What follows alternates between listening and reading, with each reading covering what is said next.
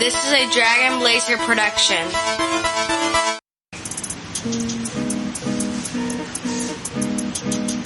Welcome to the very first episode of Pro Wrestling Apologists. We don't lie, we don't cheat, we don't steal, but we do love pro wrestling, and sometimes that's okay. I'm your host, Craig Atkins, and sitting here with me today is a hobby horse on a stick whose voice only I can hear, and I'm hoping maybe the podcast audience can hear. This is Steven. Never been described that way yet, but, you know, first time for everything. We'll get there. So, pro wrestling. It's silly, right? It is. I've watched it my entire life, and I feel like I've always had to defend it. Sometimes it's just indefensible, but I've always felt like I had to defend it. My goal with this podcast is to cover the good, the bad, the really bad, and the high points, like last year's WrestleMania, where 3 women broke that marble ceiling and main evented the biggest show of the year. And the low points, like everything they did with the women during the Attitude Era.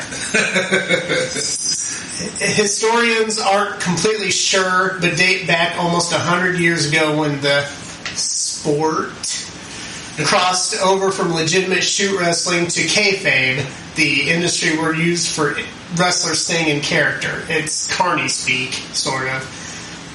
It's like sort of pig Latin for the words be fake. Be fake. Yeah, that's what kayfabe. I had to look that up. That's what kayfabe is. It means be fake. It's like a carny pig Latin. Yeah, I've heard of kayfabe before. Well, obviously, as a wrestling fan, I've heard of it before, but also it is carny speak. So yeah.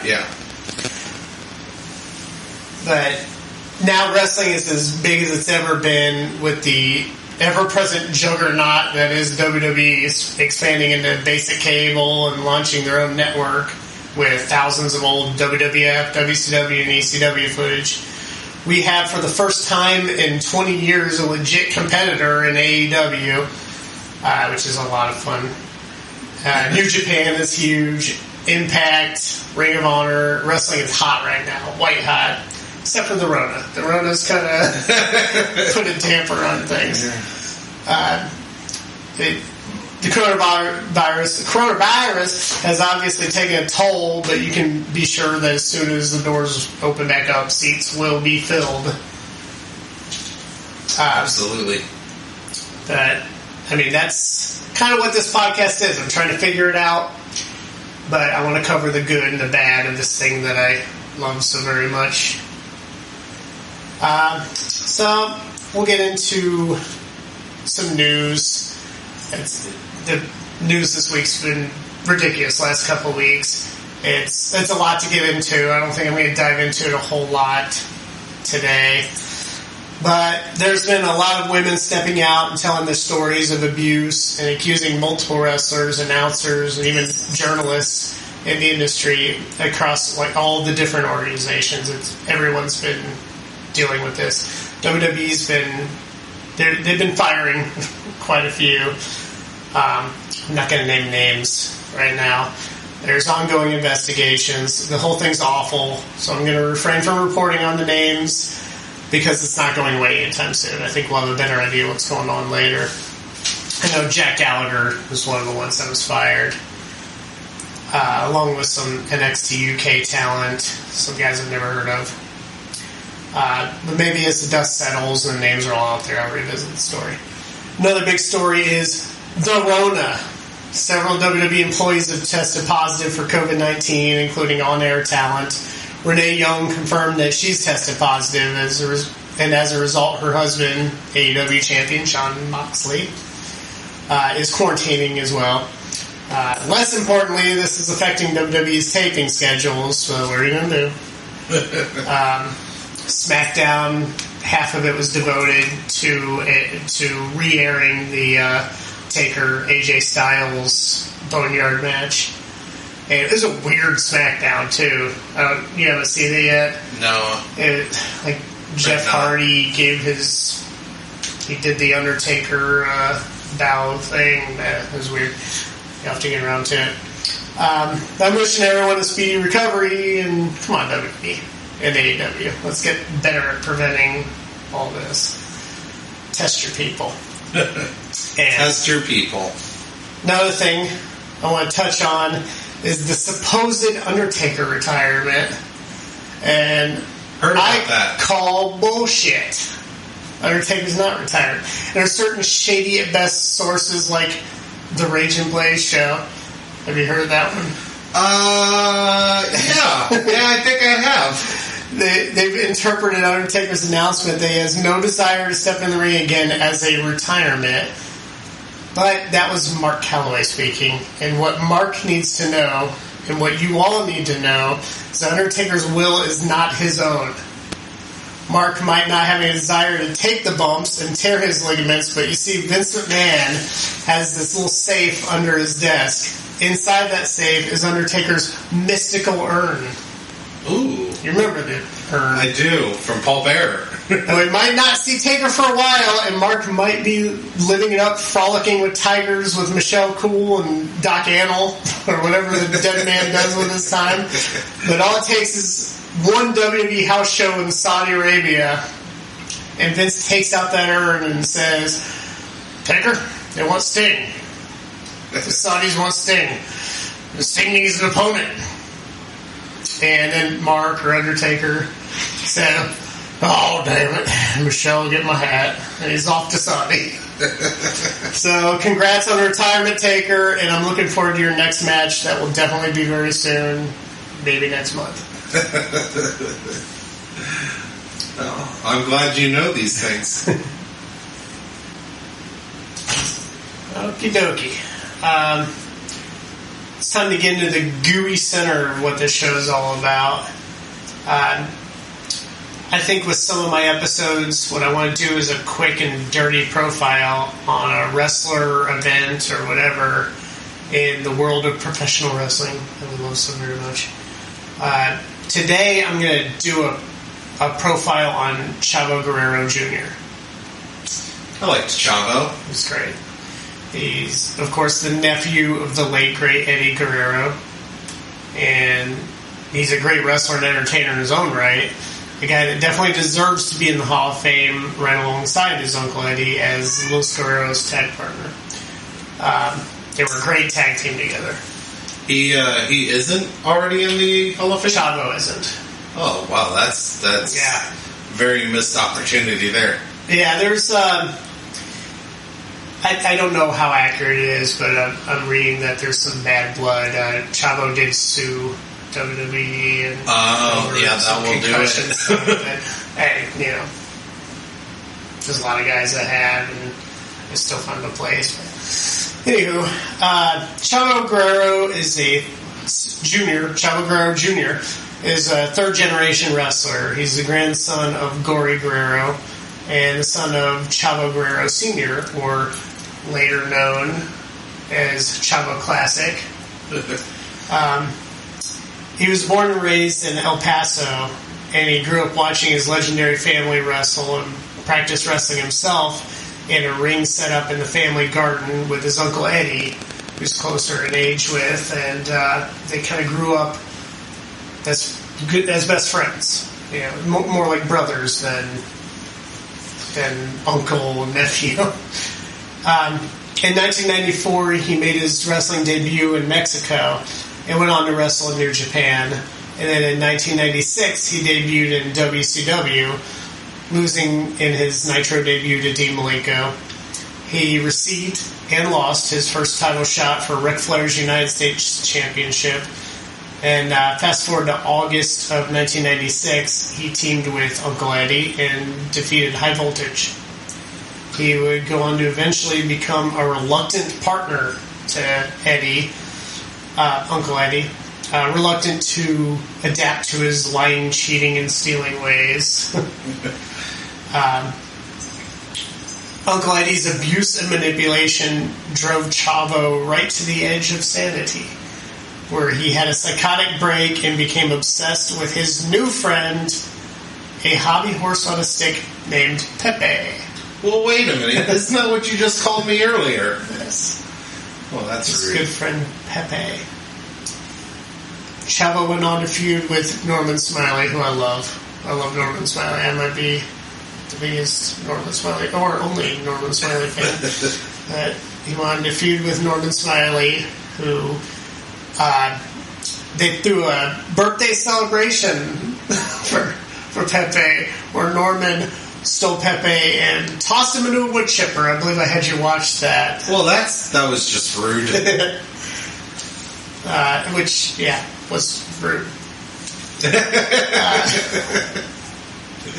I had you watch that. That was one of the homework segments that you watched. So, what'd you think of young Chavo looking very young? He looked like a kid. He looked really young, a lot smaller. And Norman Smiley was a beast. You forget how big that guy was. But yeah, he was a large man. He stole Pepe. Very rude. Now, I have a question for you. What's that? How do you know the difference in ages between Eddie and Chavo? I know they were uncle and nephew. There was 3-year difference. Eddie was born in 67, Chavo was born in 70. Wow. That's really close in age. Yeah. I always thought they looked... They grew up basically being brothers. Yeah, they look like they're close in age, and they acted like brothers. Yes. So yeah, Norman Smiley. He was very rude. Big dude. He threw Pepe into a wood chipper. They used to do things like he would stomp on Pepe, and they'd have Pepe wear the neck brace and some good stuff. I used to love that stuff. Okay, meanwhile, he was driven deeper into his insanity due to his inability to join Uncle Eddie's new stable, the Latino World Order, LWO, obviously an offshoot of NWO, more like a parody. And I love this whole era. I remember switching back and forth between Raw and Nitro and watching the third hour of Nitro after Raw went off the air. It's all so silly, so great. Did you watch much WCW back then? I watched a little bit with the NWO just because the NWO was so interesting. This was kind of later in NWO, and it was the LWO. Yeah, I watched a decent amount, but I was always more of a Raw or WWF fan when I was younger. So, Chavo and Uncle Eddie would go on to feud, with Chavo defeating Eddie at Great American Bash in June of '98, and ultimately ending the feud by losing to Eddie in a hair versus hair match where Chavo shaved his own head. In January of '99 at the Sold Out pay-per-view, Guerrero was defeated once again by that bastard Norman Smiley, who then went on to murder Pepe. That's right. The wood chipper didn't do it. Pepe somehow survived the wood chipper, but was no match for the Flame. Pepe was gone, and Chavo became a sane man once more. After a legend. I mean, he does some crazy stuff. He has some moments. After teaming and then feuding with Billy Kidman for a while, Chavo eventually went on to become a member of the stable, the Misfits in Action. MIA. Do you remember MIA, Misfits in Action? No, I don't really remember that one. It's terrible. This right here, these were the final days of WC. This is Russo coming in there, mixing things up. Maybe terrible. I blocked it from my mind. Things were getting bad. But you want to hear the roster of MIA, Misfits in Action? Oh, yeah, I'd love to. We have the man formerly known as Hugh Morris. Now, at this point, he's known as Captain General Hugh G. Rection. Where's that at? We have Booker T, legend, now known as G.I. Bro. They changed his name to G.I. Bro. Ah. We have Major Guns. She's just a She has large breasts. They named her Major Guns. Oh. So we're really cooking. This is Russo stuff. We have Sergeant AWOL, sure. Corporal Cajun, why not? And our boy Chavo, who is now known as Lieutenant Loco. Of course he is. It's terrible. Lieutenant Loco went on to carry the Cruiserweight title, etc., etc. At this point, it doesn't matter. WCW is on life support. Eventually reverted back to Chavo because, surprisingly, MIA didn't work out. He had matches against Mike Sanders, Rey Mysterio, unmasked at this point, and eventually lost the title to Sugar Shane Helms, later Hurricane Helms, of course. WCW is now dead at this point. They did the thing with the simulcast. We'll be revisiting that, I think, coming soon. We're gonna watch that last episode of Nitro. Vince bought WCW, as we know. He's doing the simulcast. He's gloating, but hey, Shane McMahon is here. He bought WCW, and we all know the gimmick. If not, I'm going to cover it. Let's fast forward to 2002. Like I said, this is a quick and dirty. There's a lot more to Chavo, but we're going to get through it. We're getting the high and low points. Chavo is now part of the WCW-ECW alliance during that invasion angle. He didn't do a whole lot in that alliance. The angle fizzed out disappointingly, which it was disappointing. Could have been so much better. Fast forward to now, Chavo is teaming once again with Uncle Eddie as Los Guerreros. I loved Los Guerreros. This stuff was great. Chavo is now fully supportive and active in the ways of fibbery, dishonesty, and theft. They go on their heels for a while. They go on to win the tag titles at Survivor Series and a triple threat tag match with the team of Kurt Angle and Chris Benoit, team of Edge and Rey Mysterio. They eventually lost those belts to Team Angle. Remember Team Angle? I vaguely, but I don't remember who. Shelton Benjamin and Charlie Haas. They eventually became the world's greatest tag team, but they were known as Team Angle for a while. Okay, I remember. This era of WWE was some of the best talent they ever had. And Los Guerreros is starting to become super popular, especially like Eddie, though. It was Eddie. Yeah. And then Shelton Benjamin and Charlie Haas later became world's greatest tag team. As Eddie's popularity grew and he started to shine, it was becoming obvious that he was about to be a breakout star. One of the matches I had you watch, you could really hear the crowd was popping huge for Eddie. And Los Guerreros eventually wins the titles back from Team Angle. They go on to lose them to the Basham brothers. After losing the titles, Chavo became jealous of Uncle Eddie's popularity and championship ambitions, and he turned heel. His dad, Chavo Classic, shows up and chooses to side with his son Chavo over his little brother Eddie, eventually losing to Eddie at the 2004 Royal Rumble. At No Way Out, Chavo wins the Cruiserweight title from Rey Mysterio due to interference from Chavo Classic. He carries into the May 6th episode of SmackDown where he issues an open challenge answered by Jacqueline. Remember Jacqueline? I do remember Jacqueline. She punches him in the dick and takes his title. Shit. He gets it back, and then on May 20th episode of SmackDown, Chavo challenges Spike Dudley to a triple threat against he and his dad, Chavo Classic. Well, the heel tactic of it's a triple threat, but really, it's sort of supposed to be a handicap match.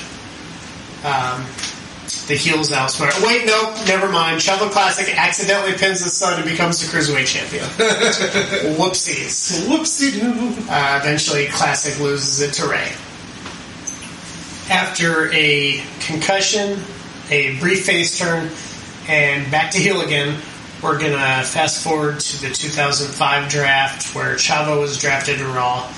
Shortly after, Chavo is no more. A man who looks an awful lot like Chavo makes his debut. You know where I'm going. Just go ahead and say it. I'm going to go with the racist white character. It's Kerwin White.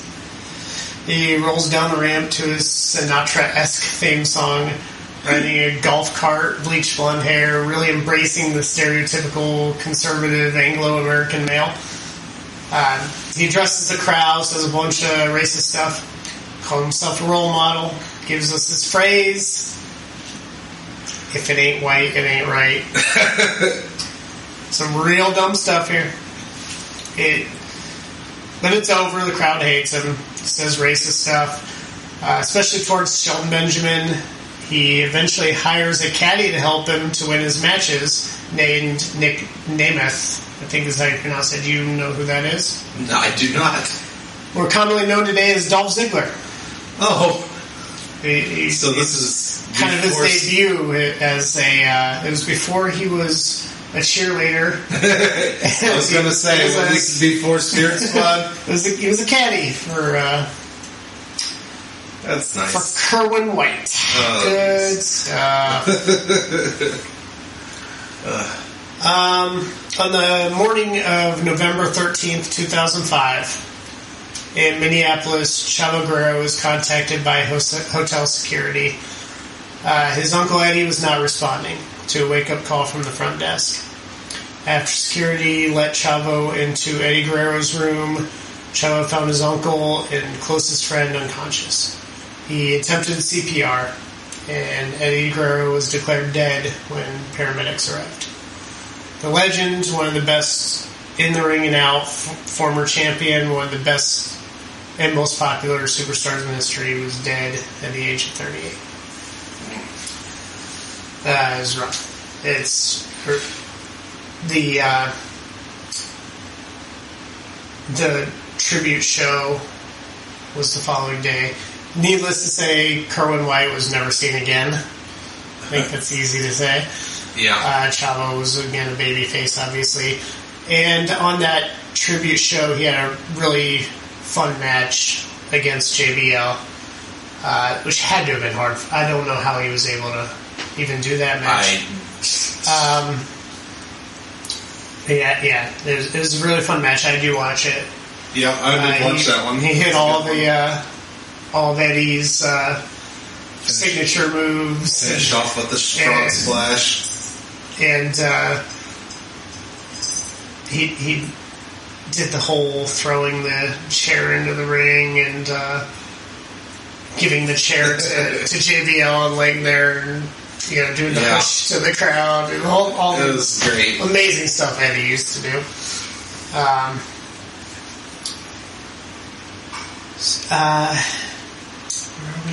He hit all of Eddie's signature moves, doing some lying, cheating, stealing, with the babyface kind.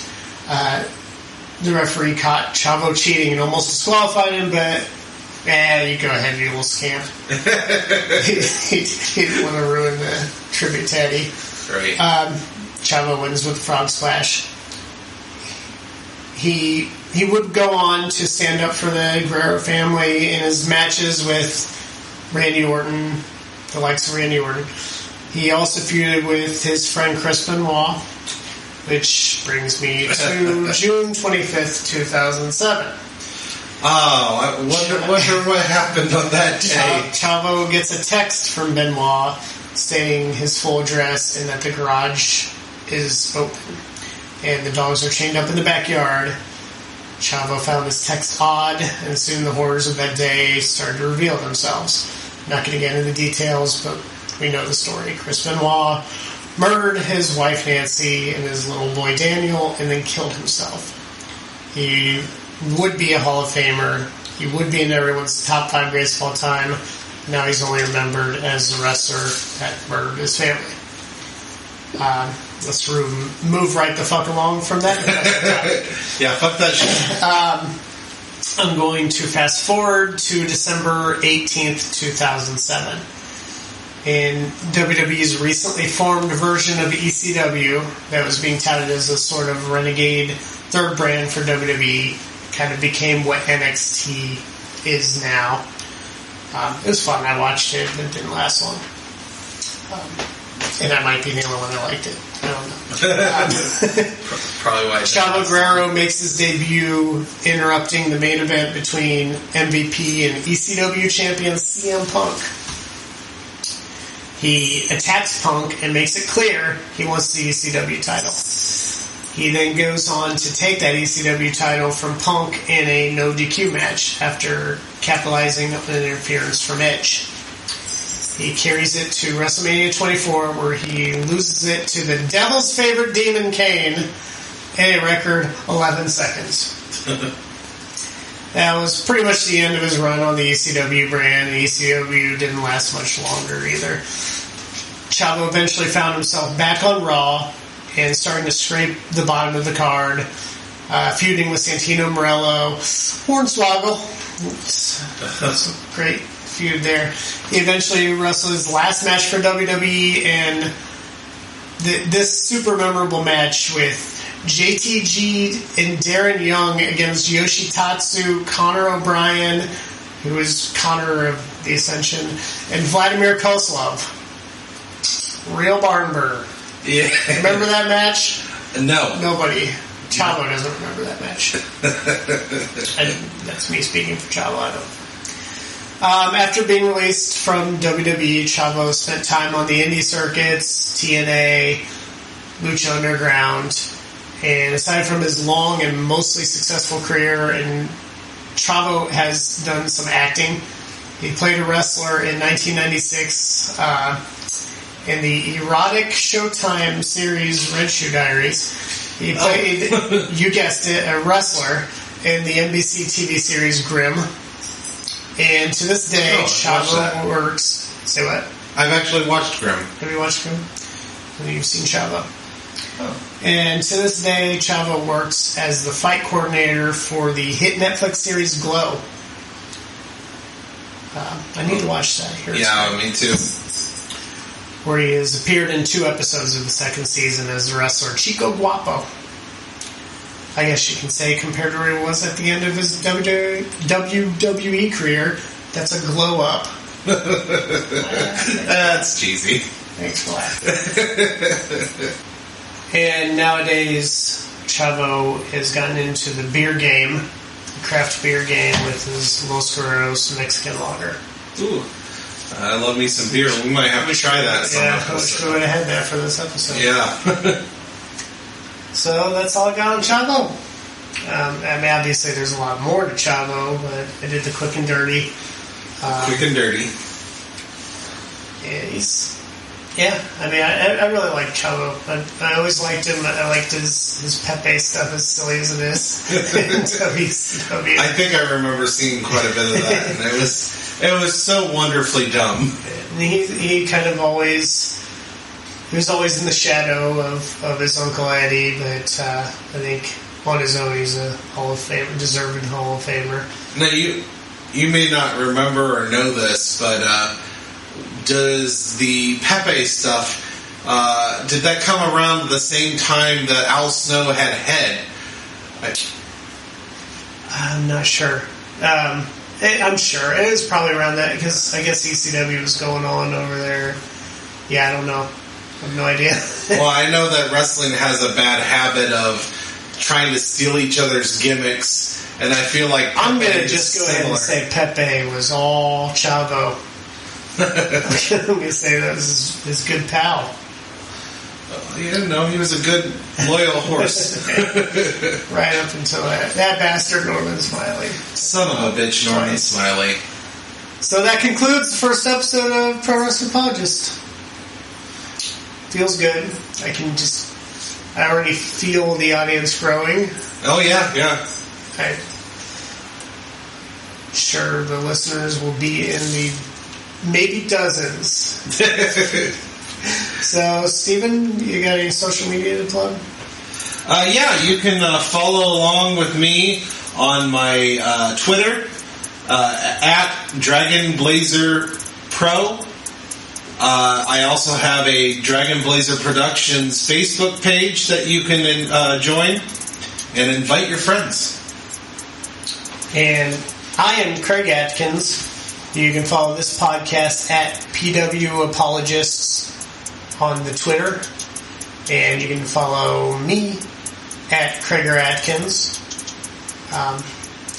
Where I'm a little too political there, so you might want to just follow the podcast.